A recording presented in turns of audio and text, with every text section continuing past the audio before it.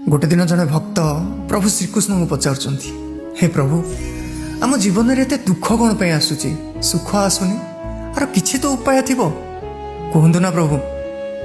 तो प्रभु श्रीकृष्ण कहते कि जिते बड़े गोटे मनीष को से चाहूबा जिनस मिले ना प्रथम ताको क्रोध आसे आउ जिते बड़े गोटे मनीष को क्रोध आसे ना से जिनस को पाइबार लोभ बढ़ी जाए आउ जो मनीषर लोभ बढ़ी जाए से मनीष एटा जानी पारे नहीं कि कोटा न्याय कोटा अन्याय आ जो मनीषटा एटा जानी पारे नहीं कि कोटा न्याय कोटा अन्याय से एटा भी बुझी पारिबनी कोटा शांति कोटा अशांति आ जो मनीष शांति और अशांति भीतर पार्थक्यटा बुझी पारे ना से लाइफ रे सुखी केमती हम ता लाइफ रे सुख केमती आसीबो।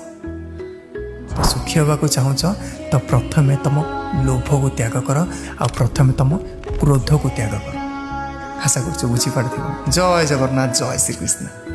मोर प्रतिटी वीडियो रे किसी ना किसी शिखा मिलता है जोटा कि तुम लाइफ चेंज करदेव। तो फॉलो आ सब्सक्राइब करने को भूलनी।